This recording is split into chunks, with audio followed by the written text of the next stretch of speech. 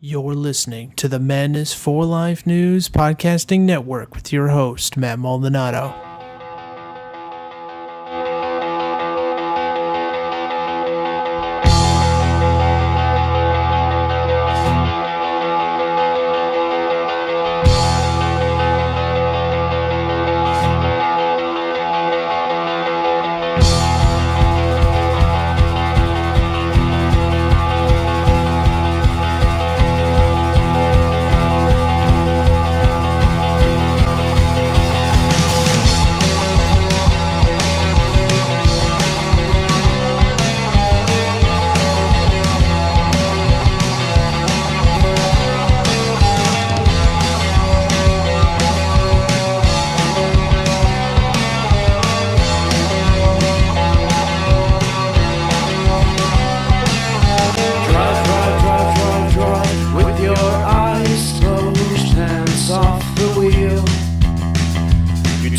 Turn down the side street where the madness disappears. Chaotic pressure builds up in the atmosphere. But after a short while the English becomes numb.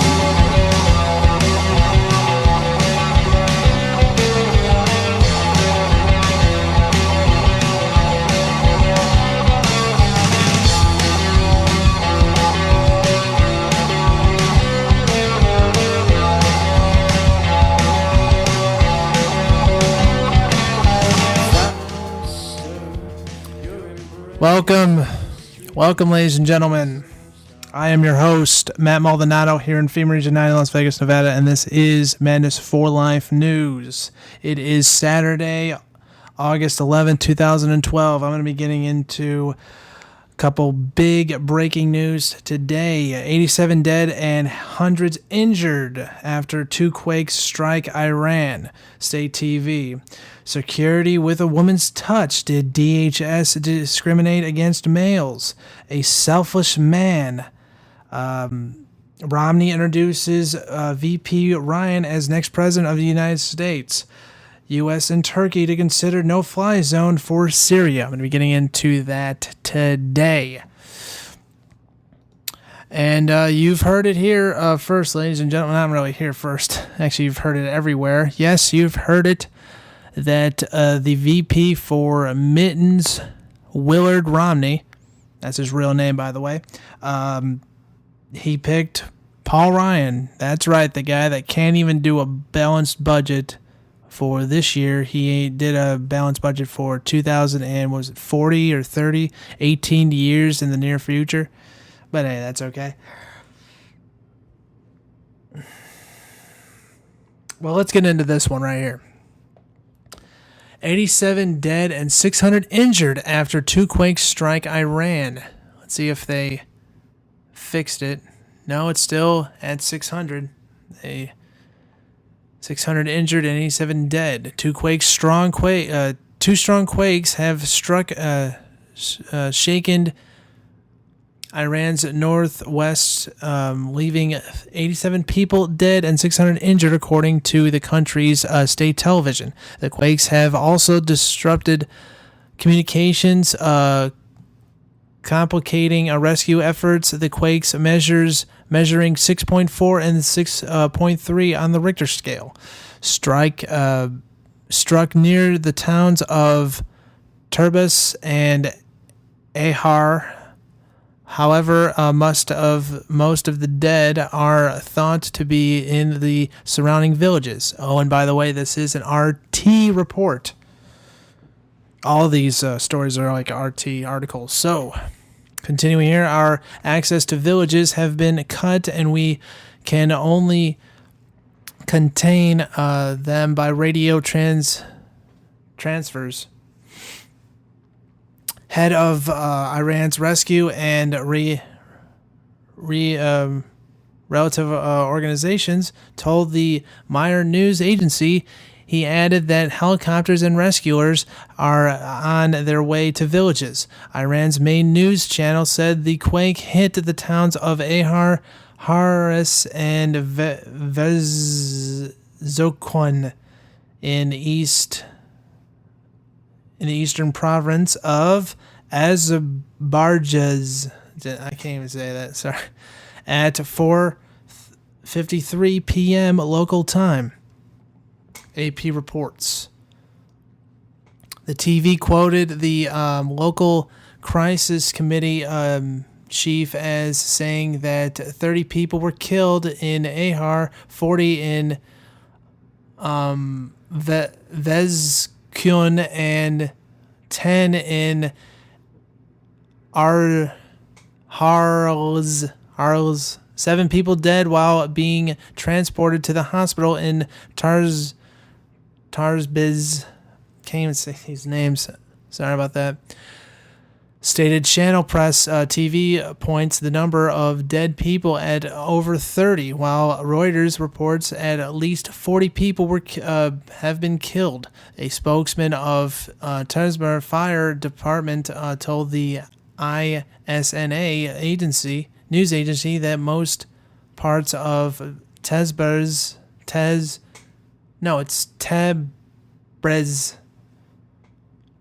have no electricity, and there is a heavy traffic jam in the city. 60 villages have been heavily damaged and are in need of help. A lawmaker in the hard-hit town of Ahar told local reporters. Meanwhile, the Iranian press TV channel said at least 60 villages sustained damage ranging from 50 to 80%, while 60 other villages have been totally leveled to the ground. The tremors were felt in neighboring Azerbaijan's.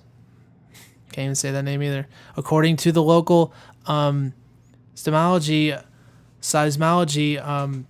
institute, but no casualties have been reported.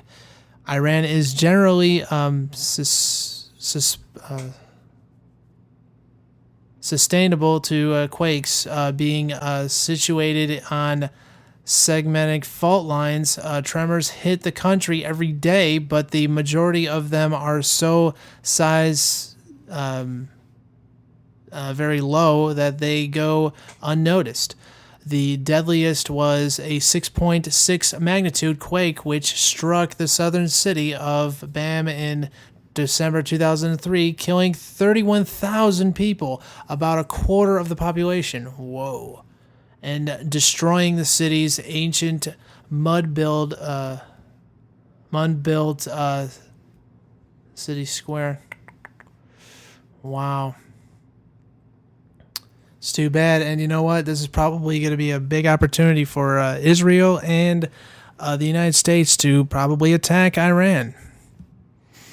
To basically blame Iran and say, hey, they're not helping the people. See, they hurt their people. So we're going to go in there and we're going to help those people and bring democracy to that country. So I hope that won't happen, but they probably will do that. So anyway, hope the hopes and prayers out to the families that died and that are injured. Wow, that is terrible. Not good, not good. Whoa, actually, there's another report saying there's 153 dead. Wow, this one was a different story. It just renewed it, and now it's 153 dead. Wow. And there's going to be probably more of this quake. Whoa. That is really not good. All right, I'm going to be moving on right now to this one. Security with a woman's touch. Did GHS discriminate against males? This is an RT report. 2 lawsuits have been charged the Department of Homeland Security of anti-male discrimination, and the agency superiors promoted women over men, turned a blind eye on sexual harassment, and retaliated against complaints, it is alleged. One of the lawsuits that made headlines this week comes from James T. was it Hayes Jr., a longtime special agent at the DHS Division of Immigration and Customs Enforcement, ICE. He forces on two appointees of agency's head, Jen Napolitano. It's Hayes, claims that Susan Barr, ICE chief of staff, would regularly intimidate male subordinates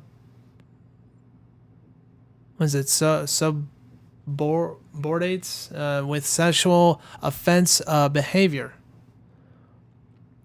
On one occasion, she called a male employee to her hotel room and demanded to perform oral sex on him. The complaint says other time Barr confrontly told a male special agent's BlackBerry phone and sent a message to one of his female colleagues inducting that he had a crush on the female superior and fantasized about her, Haynes said. In one instance, the suit alleges Barr moved the entire context of the office of three male employees to men's bathroom. She also promoted to reward men who would play along with her sexual charged games, including the three relocated males. The complaint alleges the lawsuit describes the situation as a fart house type atmosphere that is targeted to humiliate and discriminate male employees. Hayes also alleged that Chario,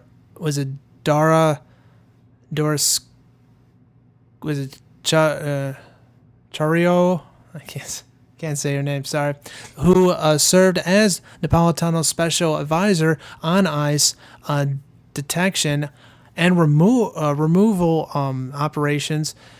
At the time Haynes headed it, got her position despite not being qualified for the job. The lawsuit enjoyed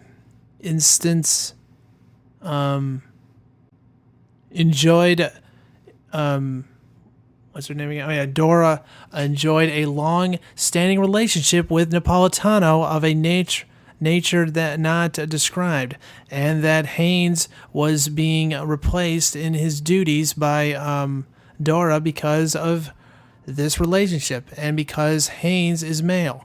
The lawsuit says Haynes threatened to complain about alleged abuses against him to the Equal Employment Opportunity Office, after which at least 6 investigations against him have been launched or reopened. Haynes believes them to be a retaliation about the part of the DHS is an attempt to intimidate him not to file complaints. Haynes has held a number of high-ranking assignments at the DHS. He currently holds a post as special agent in charge of New York City ICE. His lawsuit against the DHS was first reported by conservative blogger Debbie, I can't say that last name, sorry, on Wednesday. Seniority Sorority, a separate lawsuit against DHS over alleged discrimination was filed by ICE employee Jason Mount, according to a report in the Post Tabloid,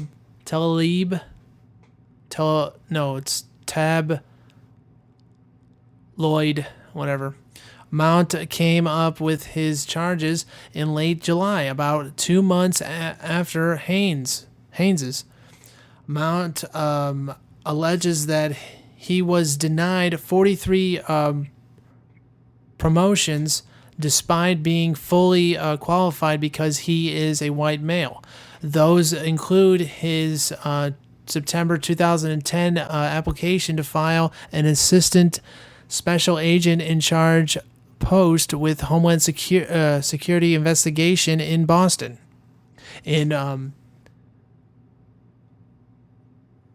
Mount says he received a rating of 100% on the knowledge, skills, and abilities ranking factors for the position. Nevertheless, the job went to a woman, Linda Hunt, who had not completed an 18-month tour of duty at HSI headquarters in Washington, which is required to be considered for an ASAC position, the suit says.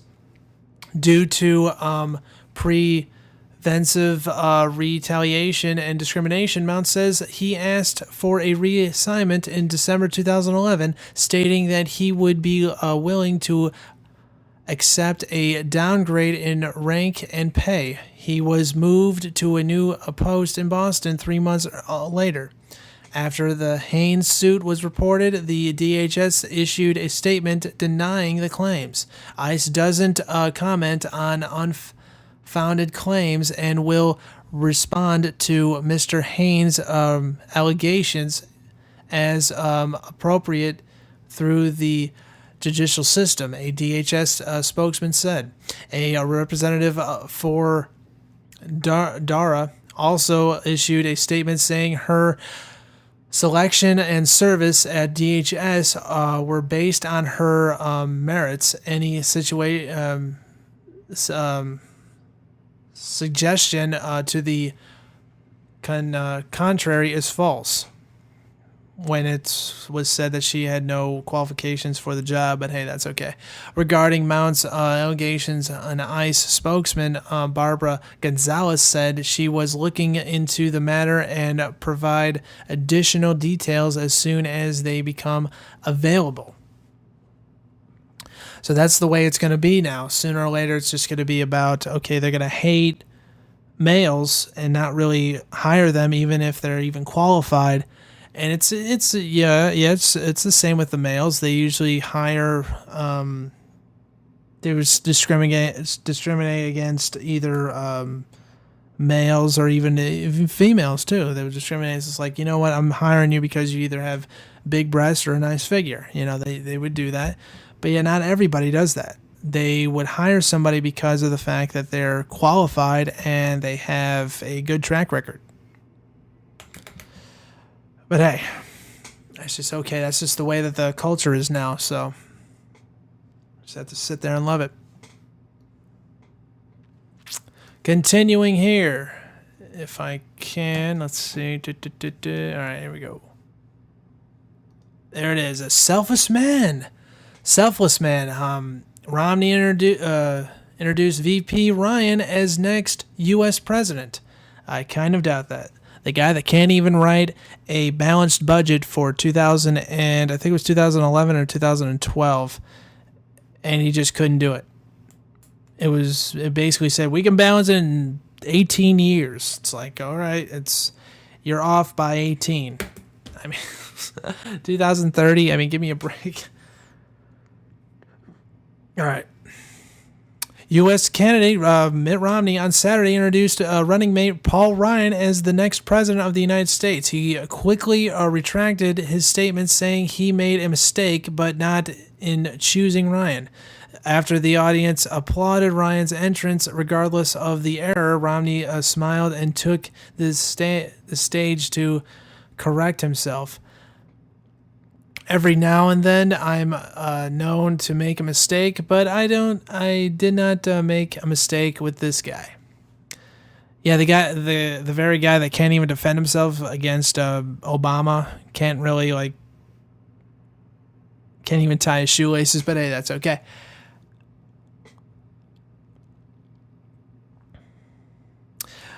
But I can tell you this, he's going to be the next vice president of the United States, Romney said before a fired-up crowd in North Fork, Virginia. Romney's campaign called the new ticket America's comeback team. That's a laugh. Ryan is the House Budget Committee chairman, widely known for his effort to revamp Medicare into a Vulture program? That's not Vulture. It's a voucher program. There we go, voucher. Republicans will officially nominate Romney and Ryan at the Republican National Convention in Florida on August 27th. Not if the Ron Paul people have anything to say about it.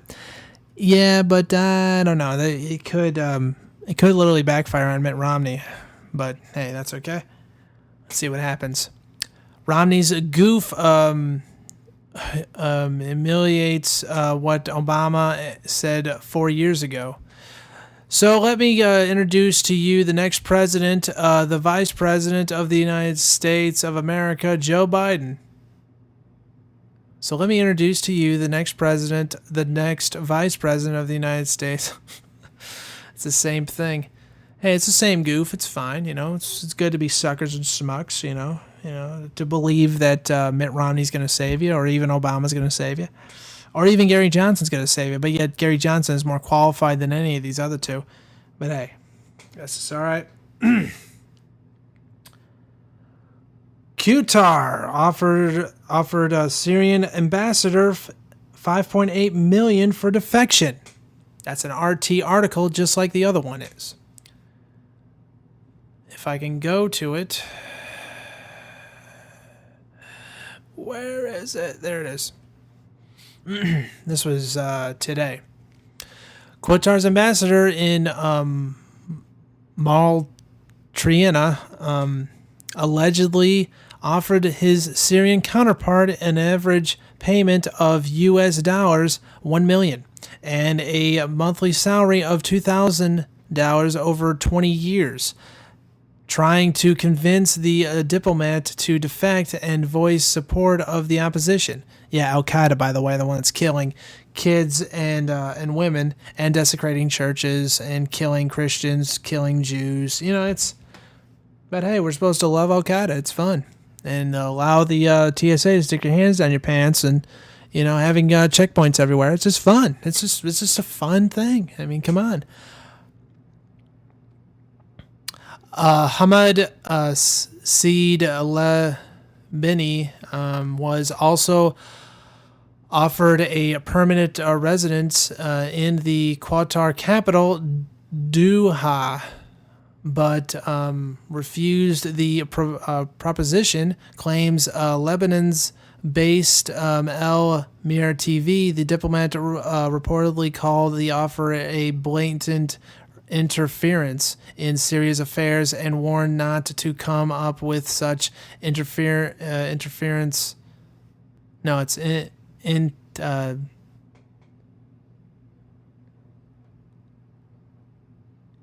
intensive anymore. Intensive, whatever. Assad's government has endured a number of high-profile defections recently. Diplomats representing Syria in the United Arab Emirates and Iraq abandoned their positions, and so did the country's prime minister. I can't say his name, sorry. The officials explained their defections, saying they could not work for a regime opposing its own people, even though it wasn't opposing its own people. It was opposing the opposition, which is Al-Qaeda, which was Al-Qaeda that's killing your people. But hey, that's okay. Damascus says Qatar uses its financial resources to promote defection among the ranks of Syrian officials due to reportedly allocated $300 million for the propose. Iran's Fairs news agency claimed.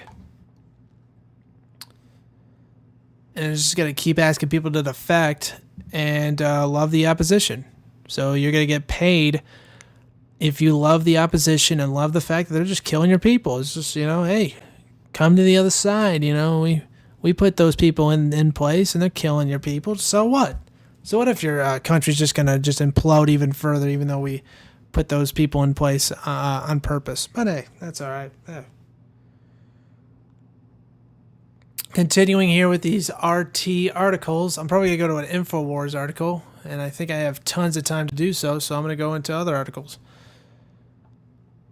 Here it is. U.S. and Turkey to consider no-fly zone for Syria. U.S. Secretary of State Hillary Clinton and Turkish Foreign Minister are considering implementing no-fly zone for Syria after holding Saturday talks in Istanbul. According to Reuters, Clinton said that Ankara and Washington need to plan ways to assist the rebels fighting to trample President Assad, including possibly implementing a no-fly zone. During an interview with reporters, Clinton indicated the no-fly zone was a possible option, but said the issue needed greater in-depth analysis. It wouldn't be the first time the U.S. used its power to aid opposition forces, like Kosovo, like Yugoslavia, like Libya, like Afghanistan with the USSR. And that ringing a bell. Even more. What was that also? That also like the Taliban. Not the one that hates Al Qaeda. One of the Taliban members. Most of the Taliban members, but the ones that are like Al Qaeda, LCIA. Duh. Anyway. The same tactic was used to help Libyan rebels overthrow Muammar Gaddafi last year. That's right, the guy that was trying to bring his country out of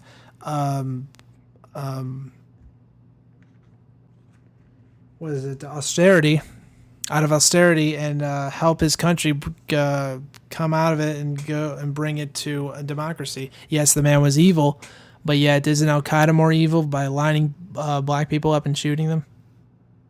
But it's just supposed to be trendy and cool to see that. Just like Angelina Jolie said, she loved it.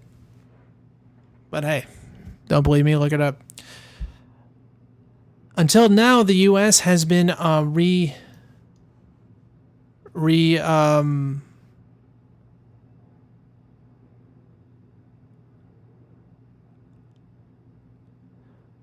indicated to take on a military role in Syria, but if the Libyan situation repeats itself, U.S. military intervention could be a real possibility in the near future, only serving to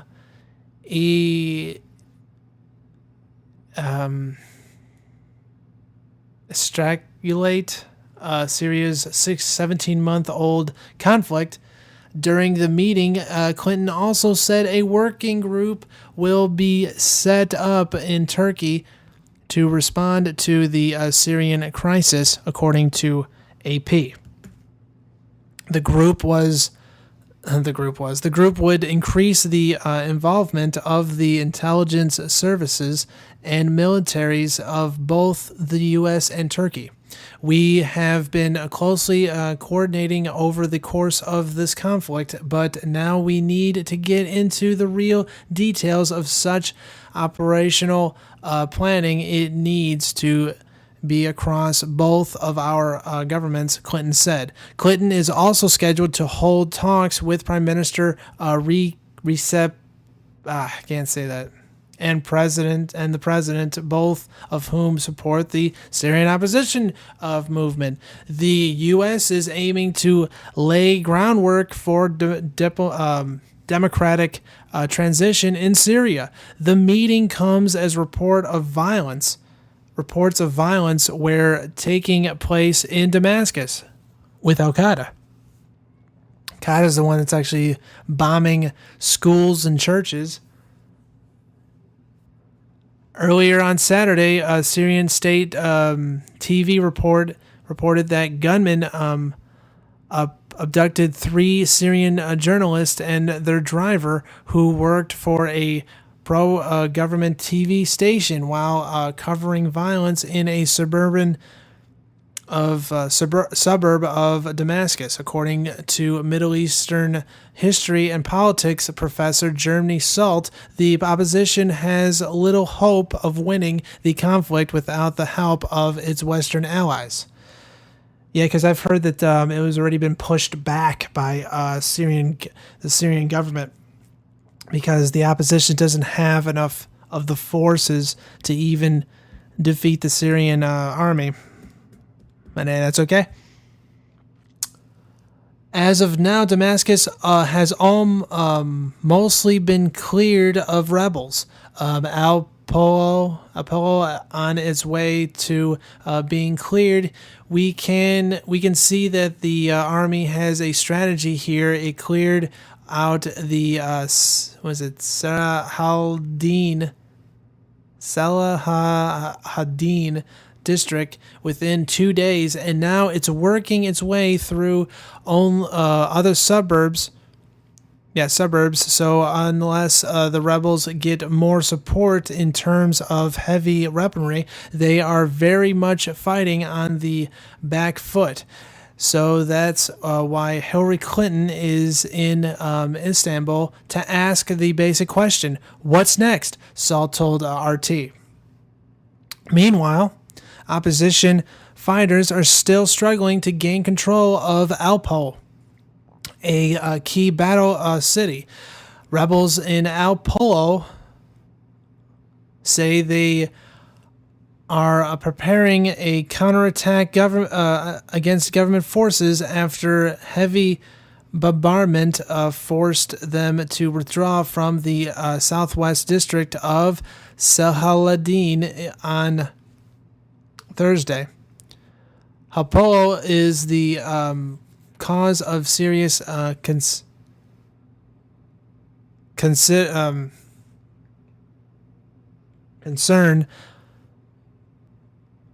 I just lost my place. Crap. Where did I go?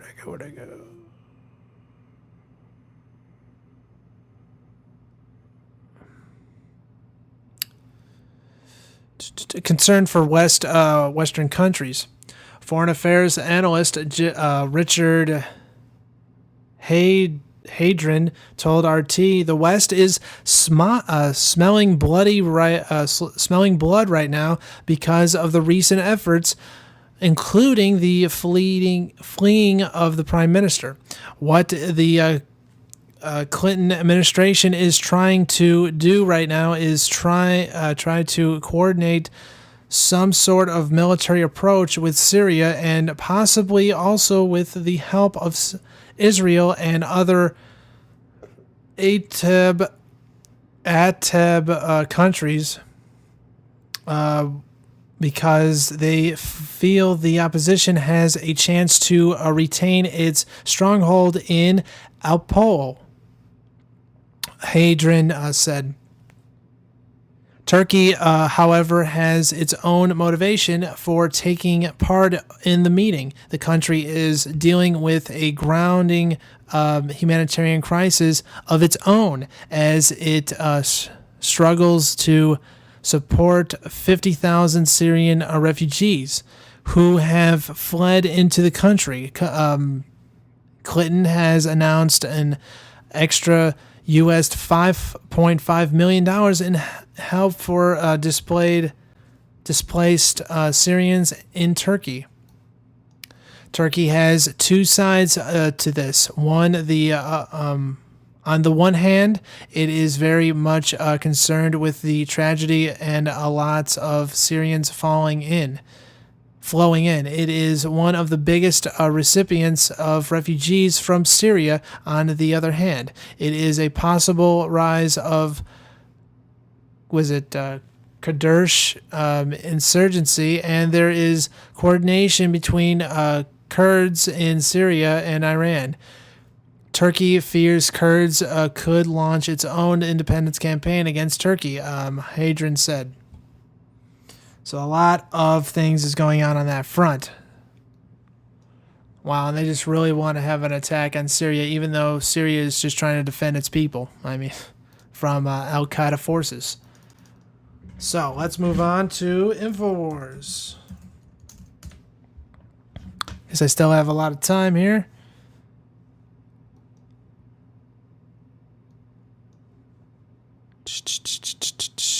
Here we go. UK sends £5 million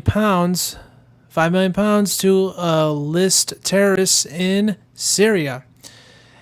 In direct violation of both American and British anti-terrorism legislation,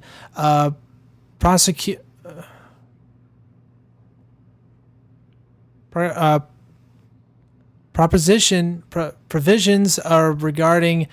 This is from InfoWars, by the way. This is an InfoWars article just published today. Regarding providing a material support for list or proscripted terrorist organizations, the United Kingdom has just announced that it will provide armed militants that include list terror organizations with a £5 million trench of what it calls non-lethal practical assistance. Both British and American journalists have clearly identified and documented the provision of foreign fighters with militant extremist ties pouring over the Turkish-Iranian border, most recently in an attempt to overrun the northern Syrian city of Aleppo. CNN, whose Ivan Watson complained? No.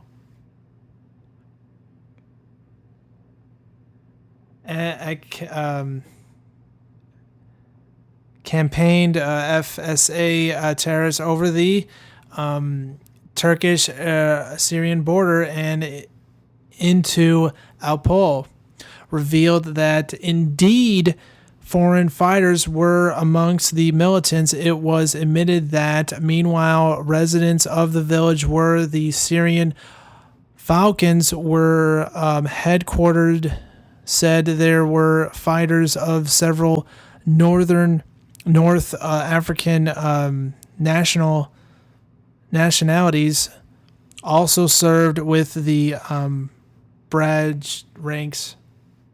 The ranks. A volunteer Libyan fighter has also told CNN he intends to travel from Turkey to Syria within days to aid a platoon of Libyan fighters to armed movement. That is... Oh, they got more. Okay, good.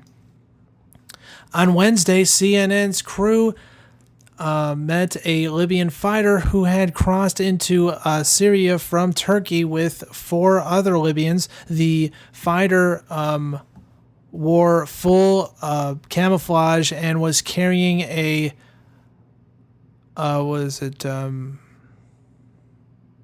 AK-47?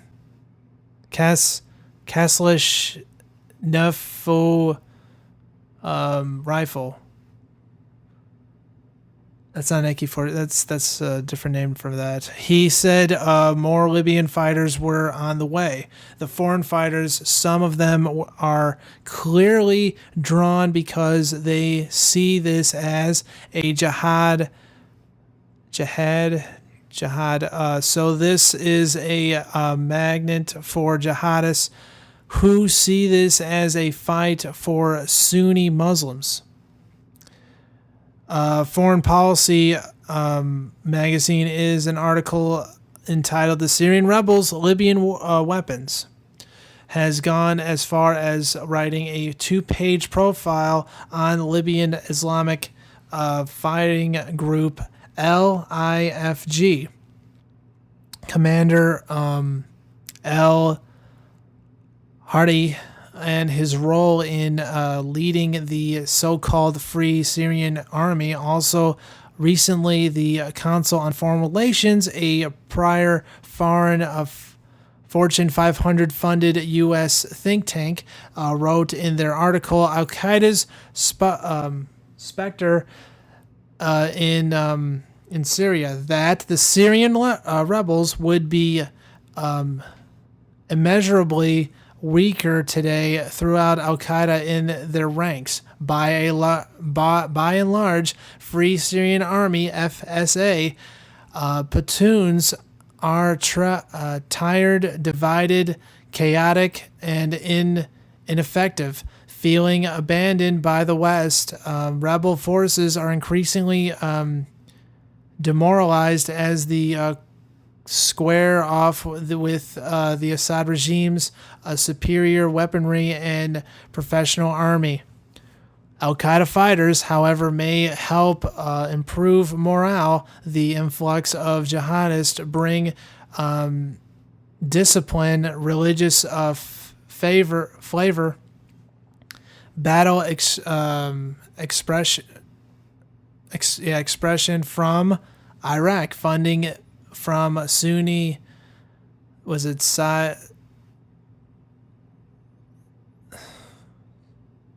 Sypathers? I can't even talk. In the Gulf, and most importantly, deadly results. In short, that the FSA needs Al-Qaeda now.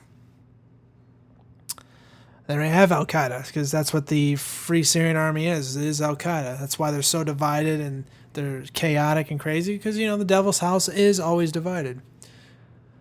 But yeah, it's okay. Continuing here, I have enough time to just finish this last article. Clearly, then, British aid is being sent to the FSA. How ranks are immediately filled by Al-Qaeda. Also, to be clear, the Libyan Islamic fighting group LIFG is in fact in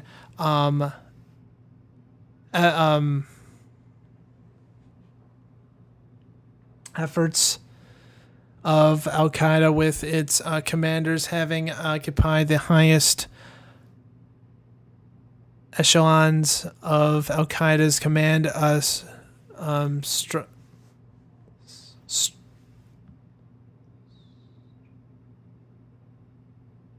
structure. There we go, structure.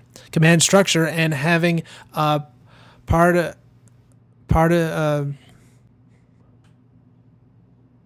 in every battle engagement Al-Qaeda has conducted since its inception via USA, the Saudi cash and arms in the mountains of Afghanistan in the 1980s.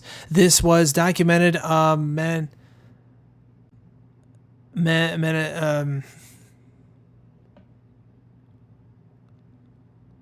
meticulously, can't even say that word, in the U.S. Army's West Point Combating Terrorism Center report. I'm sorry if I can't say these names, I'm trying to sound them out. But it's pretty crazy that they're literally writing and trying to continue this scam, saying, yes, we need to love Al-Qaeda, and we need more Al-Qaeda troops in the Free Syrian Army because, hey, they're free. They want to be free. They want to attack Assad and his people, killing also men, women, and children. But hey, who cares about sovereignty and freedom? But yes, Assad is bad, but yet they're trying. People want freedom there, not Al-Qaeda killing them. But hey, I'm a bad American for saying that.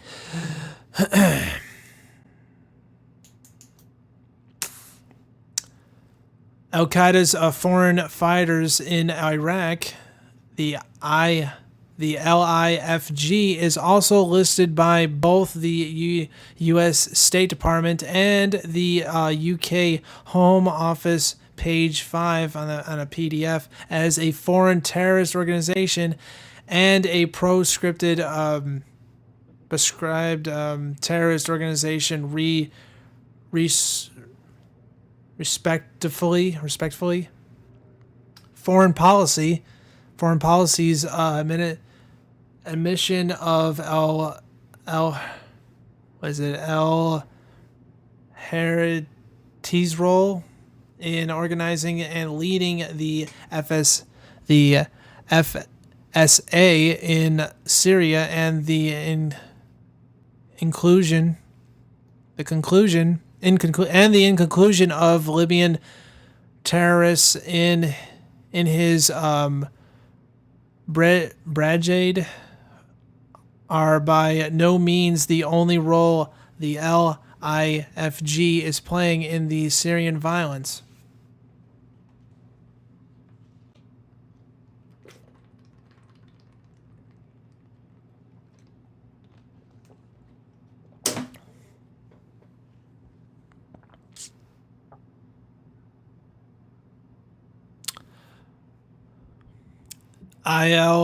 LIFG commander had visited the Turkish-Syrian border in late 2011, pledging Libyan arms, cash, and fighters to the FSA, with the nation of Libya itself having already become a NATO-created terrorist safe haven.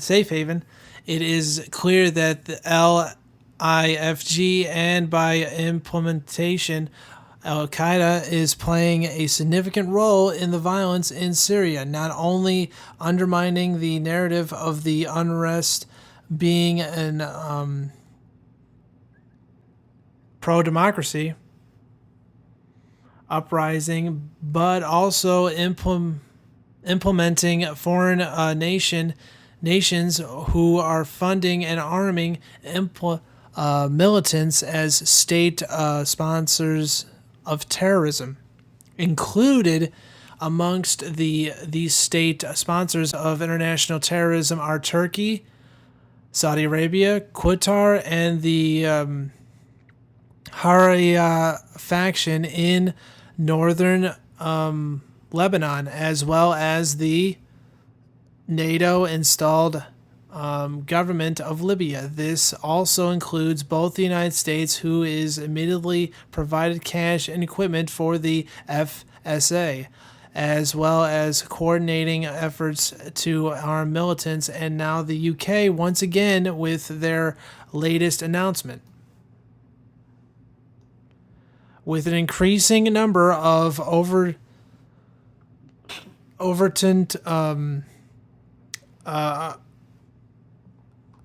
atrocities being carried out by the FSA and its ranks of extremist sectarian militants, including kidnappings, abuse, and massacres observed recently in Aleppo. It is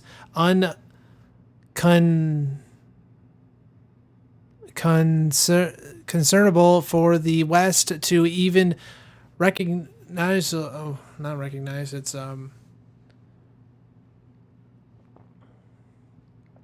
to even back what is currently a sectarian driven conflict, yet let alone provide equipment, cash, and arms. However, British Foreign Secretary William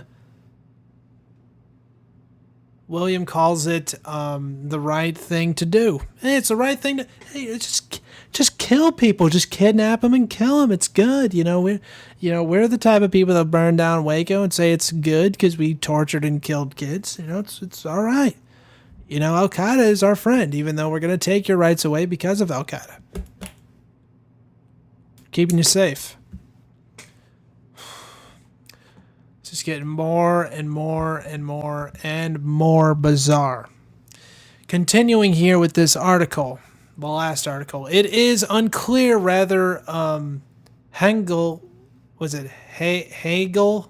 means violently the laws of its own nation to provide military material support for known prescribed terrorist is the right thing to do, or if he means it is right to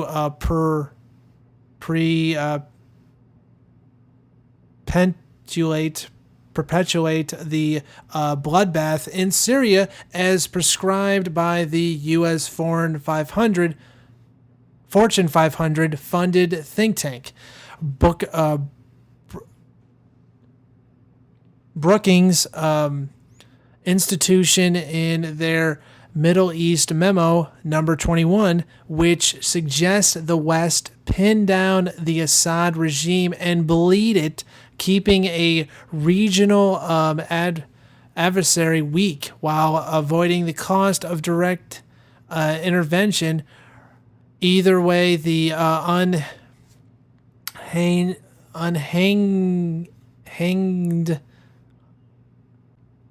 hanged, morally bankrupt foreign policy of the Anglo-American establishment is on full display, undermining and intervoicably, I can't say that word, sorry, damaging the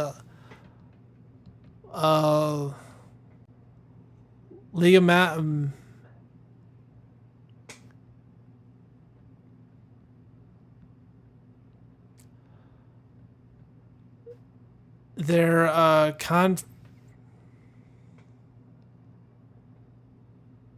can't even speak today. What the heck's wrong with me? Every time I keep reading, I keep messing up here. Damaging the legitimacy of their collective institutions in the process. A similar scenario unfolded in Libya, where LIFG terrorists were likewise carrying out a campaign of nationwide genocide, with NATO providing air support, similarly by funding, arming, and coordinating acts of violence with LIVG fighters. NATO and in why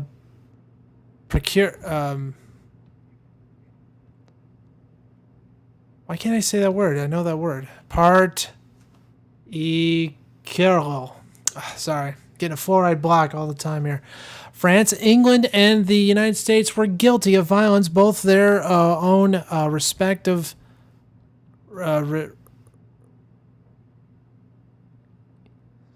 respective anti-terrorism legislation, as well as international provisions against terrorism.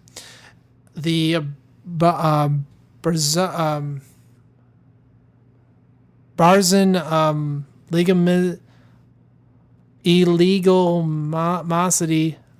legitimosity of NATO's actions against Libya surely played a role in hobbling, perhaps permanently, the contrived geopolitical ploy of responsibility to protect R2P, while stimulously undermining the proximity of prosperity. I can't fucking speak, man. That's wrong with me. I can't even speak. Proximity of international law. The protracted difficulty of the West to repeat their success in Syria can be perhaps owned in part to the ligament policy and agenda pursued and exposed in Libya. That's on Land Destroyer. That's a blog at landdestroyer.com. Anyway, so that ends the show for today. I'm going to be with everybody tomorrow at the exact same time at 12 noon. And sooner or later, I'm going to be announcing the News Blitz, where I just go through the news, just a whole blitz of news, and just try to read it like I do every day, every time, and give you the news every single. That's going to be in September. I wanted to announce it next week, but I'm announcing it now. I'm going to be doing a whole News Blitz just every day for an hour. It'll be a good practice read. But anyway, so that's the show for the day, and you can join me, be a fan of my pages at Facebook as well as YouTube. You can subscribe to this video as well as my channel, and follow me on Vimeo and other websites. I'll put the links below, as well as follow the band that you heard the song from in the beginning of the show, which is Close to Modern. You can also follow them at the links below. So thank you very much, ladies and gentlemen, and have a great day. And remember, united we stand, and divided we fall. And God bless America.